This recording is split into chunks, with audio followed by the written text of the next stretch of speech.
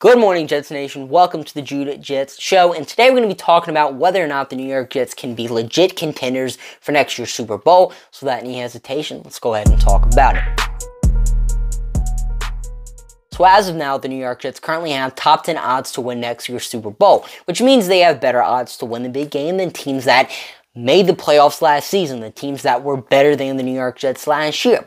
Why is that? Well, the New York Jets have one of the most promising young cores in the NFL and a top 5 defense. And the defense is a very important part to why the New York Jets can be legit contenders next season. Because this defense, which consisted of 2 All-Pros, 3 Pro Bowlers, the Defense Rookie of the Year, single-handedly kept the New York Jets' playoff hopes alive until Week 17 when the Jets' offense completely collapsed, when they just had enough. I mean, the final 3 weeks of the season, when the Jets needed their offense the most, they did the opposite. I mean, that we needed them to wake up from a coma into the season, and they did the opposite of awaking from a coma. They literally died. I mean, the Jets' offense was terrible last season after Breece Hall tore his ACL.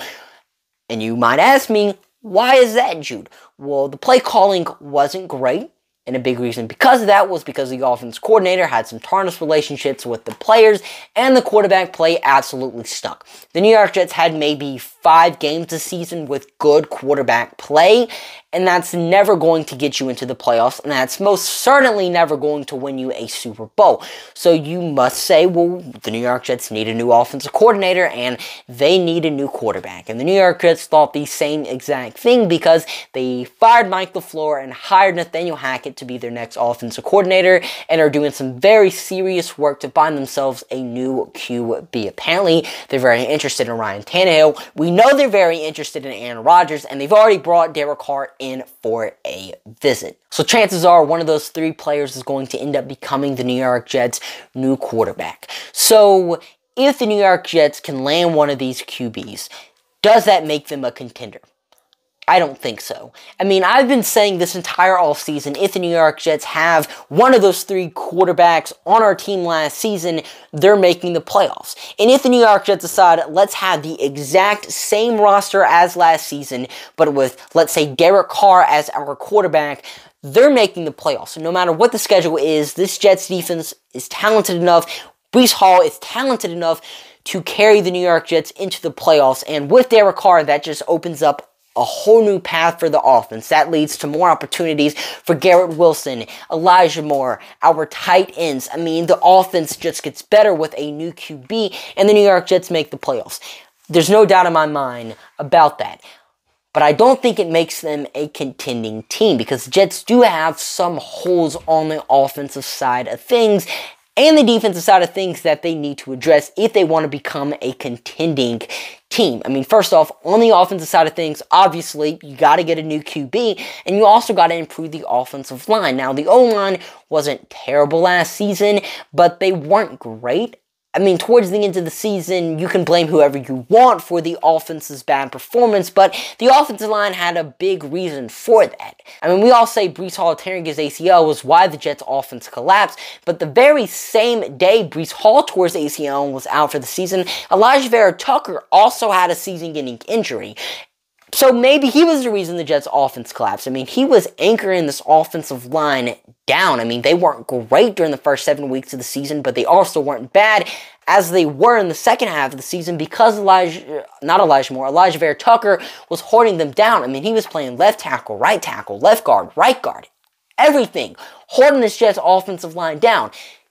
Tear something, I don't know, Jets' offensive line goes down. So they need to find themselves more talent on the offensive line this offseason to get better. They also need to find themselves another playmaker opposite of Garrett Wilson, because Corey Davis should be gone. He can't stay healthy, and on the field, he's not great. So the New York Jets should cut Corey Davis. Sorry, Corey Davis, I think you do need to go.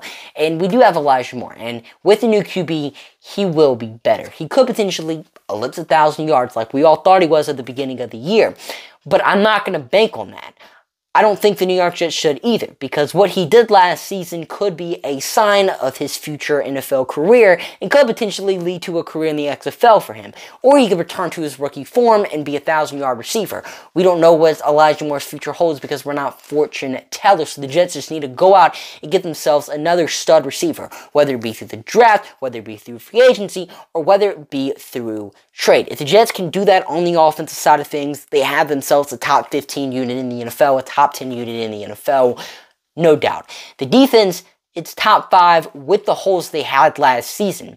So the Jets can make it top 3. They can make it top 1 if they fix the holes up. I mean, the defensive line was great. Quentin Williams, all-pro player, Sheldon Rankins, a solid defensive tackle, number 2. But the New York Jets like to rotate their defensive linemen all the time. I mean, if Quentin Williams had the snaps Chris Jones have, he could have like 20 sacks. I mean, that's hyperbole, but I mean, you get what I'm saying. He could be so much more dominant. But the Jets have a lot of faith in their backup defensive linemen.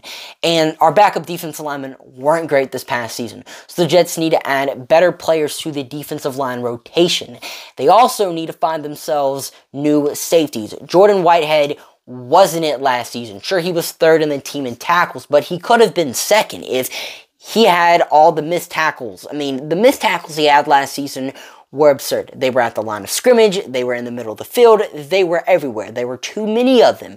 If he would have made those tackles, he could have been 2nd on the team in tackles, without a doubt. And he also was horrible in coverage, and I understand he's a box safety, but in this Jets defense, box safeties are in coverage. That's just what they do. And Jordan Whitehead shouldn't have been in coverage because he's just horrendous at it. And I do think the New York Jets should cut him. And LaMarcus Joyner is a free agent, so we don't even have to worry about him. So the Jets need to bring in 2 new safeties this offseason to make this defense even better. And of course, it could be through the draft, it could be through free agency, it could be through trade, whatever. The Jets just need new safeties.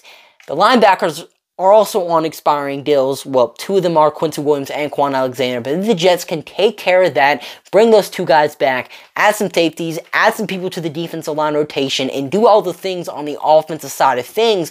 The New York Jets are a legit contender. They have serious chance to make the Super Bowl. I mean, there's no doubt about that.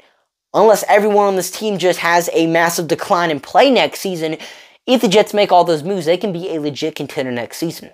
They have a legit chance to win the AFC East, to sweep the AFC East, to go 14-3, to go 13-4.